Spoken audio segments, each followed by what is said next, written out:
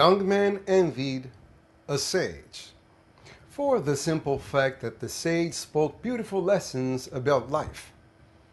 And naturally, he was loved by many people.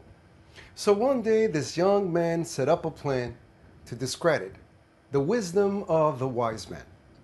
He would have a bird in his hand, and then he would ask the sage a simple question: is this bird alive or dead? If the sage would answer that the bird was dead, he would simply open up his hand and the bird would fly away. If instead he said that the bird was alive, he would squeeze it, killing it, to prove to all that the wise man was in fact a liar, a fake. So he waited for a perfect day in which a large crowd was standing before the wise man.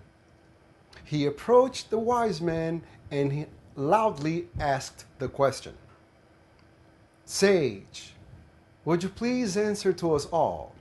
Is this bird alive or dead?" The sage thought and reflected for a moment, and then he answered: "The life of this bird is in your hand." It's very common to find envious people, for the simple fact that for all of us, it's hard to share someone else's happiness when that happiness does not come from us. It could be of their looks, it could be of their wealth, their health. Therefore, if someone envies you, do not hate them. They are spiritually, emotionally very sick.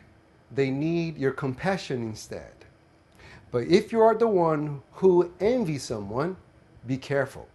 You could be emotionally, spiritually sick.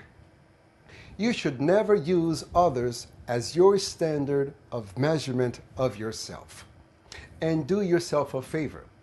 Do not envy other people's possession, because wealth without health and peace of mind will never be a true source of happiness.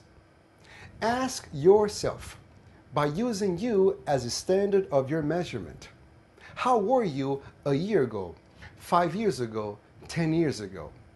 And as you find yourself that you are progressing, then at last you understood that your life is in your hands.